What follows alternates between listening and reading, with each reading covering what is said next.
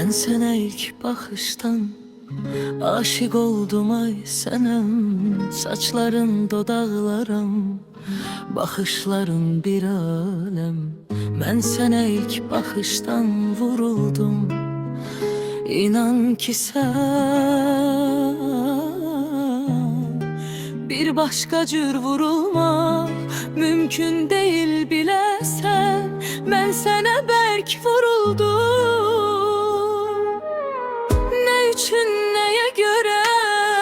Bu cür yersiz suallar koy gelmesin diline. Ben sana aşık oldum. İlk bakış ilk görüşten belki ilk bakışlardı. İsteyirsen sus dayan ya da bağır duymaram.